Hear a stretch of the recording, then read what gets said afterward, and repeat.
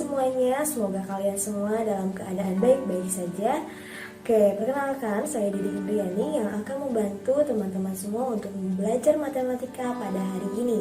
Nah, pelajaran pada hari ini kita akan mempelajari materi mengenai perbandingan trigonometri pada segitiga siku-siku.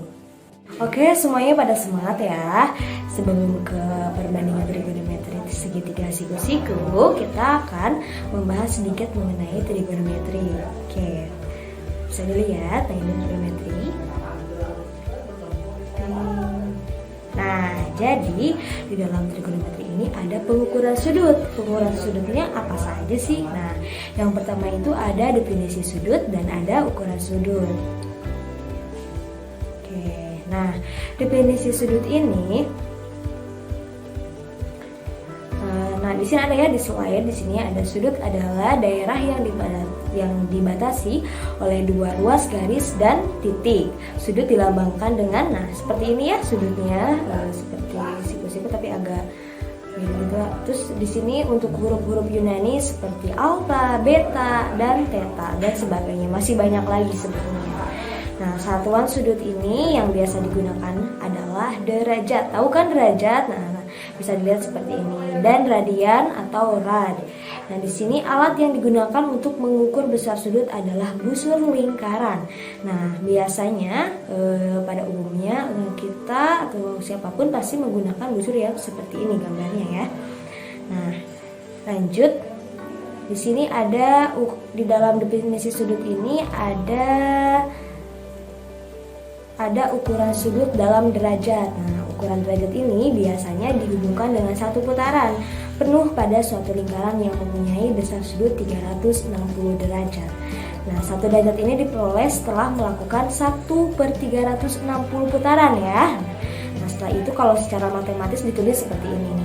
Satu derajat sama dengan 1/360 putaran. Oke, nah, ini seharusnya B ya.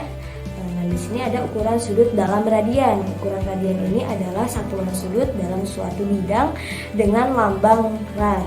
Nah, satu radian ini atau satu rad ini adalah besarnya sudut yang dibentuk oleh dua buah jari-jari ya, 1 meter dan membentuk busur sepanjang juga 1 meter. Atau dalam gambar disebut ini R sama dengan B sama dengan 1 meter. Nah, karena alfa adalah 1 radian, maka 2 pi radian ini merupakan 360 derajat, sehingga pi radian ini 180 derajat. Nah, ini diperoleh gambarnya seperti ini ya dalam matematis. Oke. Jadi bisa disimpulkan bahwa 1 radian ini merupakan 180 derajat per pi atau sama dengan 57,3 derajat. Dengan pi-nya ini 3,14. Oke, next ya. Nah, di sini ada contoh soal. Mudah kok ini ya. Yang pertama, nyatakan sudut 30 derajat berikut ke dalam bentuk radian. Nah, ini ada penyelesaiannya. Nah, 30 derajat ini kita bisa dikalikan ke radian langsung ya. Berapa tadi? 30 derajat dikali ke radian ini seperti ini. Pi per 180. Jadi hasilnya adalah 1/6 pi radian. Nah, yang kedua, nyatakan sudut sepertiga pi dan 6,28 radian berikut dalam bentuk derajat. Nah, ini gimana?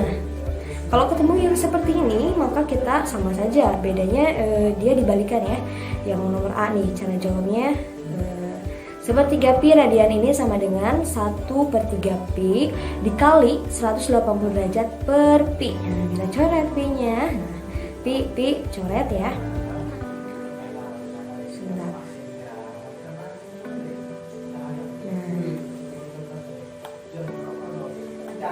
Maka 180 derajat dibagi 3 dikali 1 itu hasilnya adalah 60 derajat. Nah, selanjutnya kini kita punya 6,28 radian.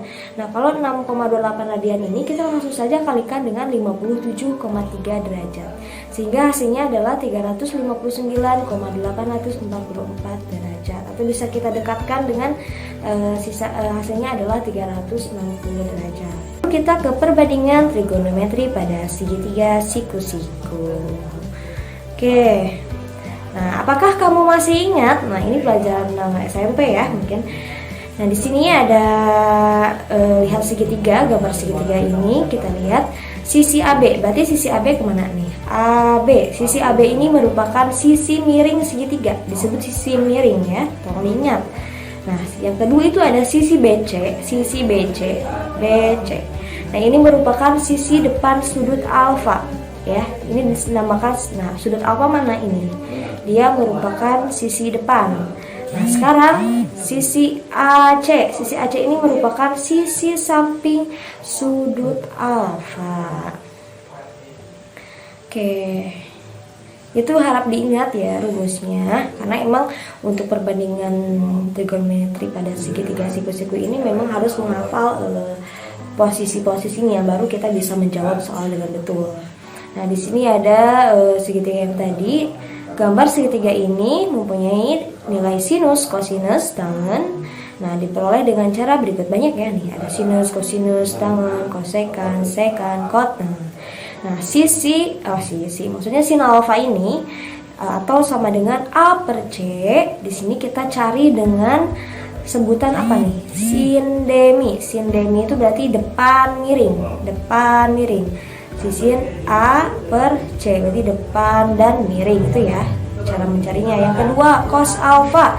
Cos alfa ini carinya adalah B per C atau sama dengan samping miring, atau kita sebut dengan kosami. Untuk mengingat kosami, samping miring berarti mana? B dan C. Oke. Yang ketiga, ini ada tan alfa. Itu cara mencarinya adalah A per B, depan samping, atau kita sebut dengan sebutan tandesa. Nah, tandesa ya. Berarti mana tuh sisi depannya nih A, sisi sampingnya B. Nah, kalau untuk mencari kosek alfa ini kita langsung saja, nah ini awalnya dia seperti ini, 1 per sin A, atau kita cari dengan 1 per A per C, sehingga rumusnya adalah mencarinya adalah C per A ya. Berarti nih C per A. Adapun sekan juga sama.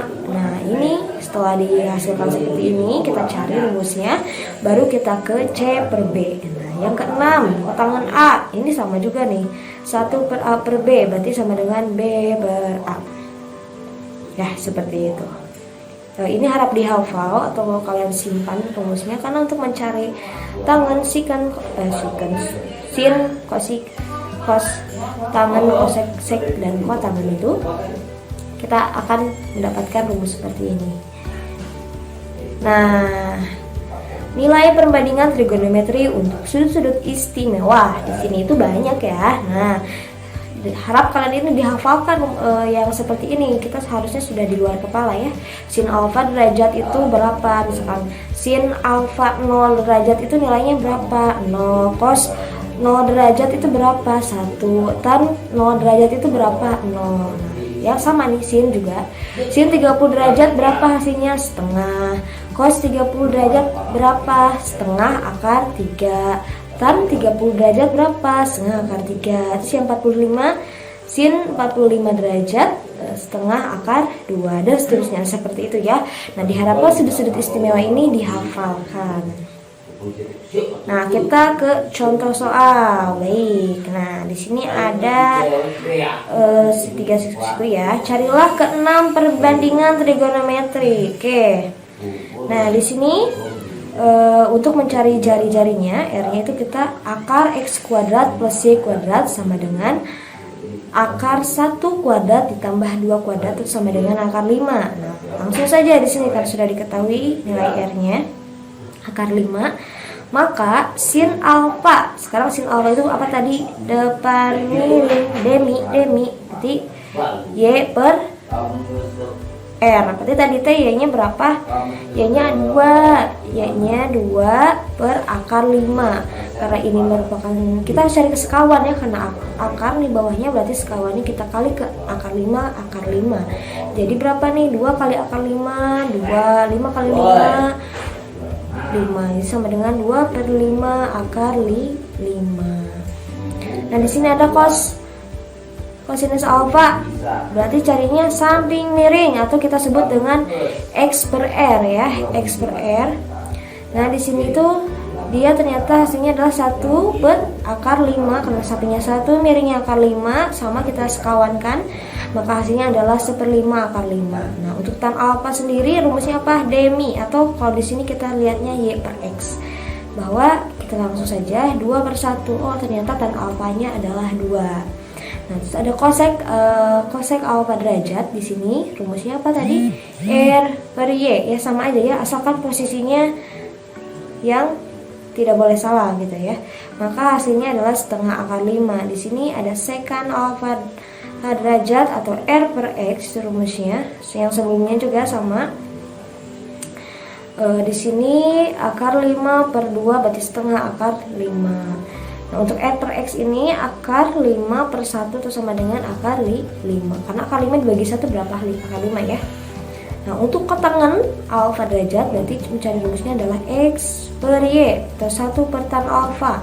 Tan alfa tadi cara rumusnya gimana? D depan per samping atau sama dengan setengah. Nah, teman-teman semua bisa dibuka lagi pelajaran yang sebelumnya atau rumus yang sebelumnya untuk cara mencari kotangan bagaimana, bagaimana selama posisi siku-sikunya seperti ini berarti rumusnya sama. Oke, ada yang mau ditanyakan? Baik, jika ada yang mau ditanyakan silahkan komen di bawah video. Insya Allah nanti akan dibahas kembali jika memang tidak paham, atau bisa tanyakan lewat WA saja. Nanti WA ibu akan dikirim ke ketua kelas. Oke, baik. Oke, terima kasih atas perhatiannya. Mungkin hanya itu yang dapat disampaikan. Semoga bisa bermanfaat. Pesannya tetap kalau tidak paham ulangi kembali videonya atau mencari sumber di referensi yang lain. Jangan sampai nggak paham tetapi tidak bertanya kepada teman ataupun guru ya, karena memang matematika itu kalau nggak paham maka kedepannya pun kita akan kesulitan. Oke, mungkin hanya itu saja. Tetap stay health, jaga kesehatan. Semoga kita dapat bertemu kembali di pertemuan berikutnya. Assalamualaikum warahmatullahi wabarakatuh.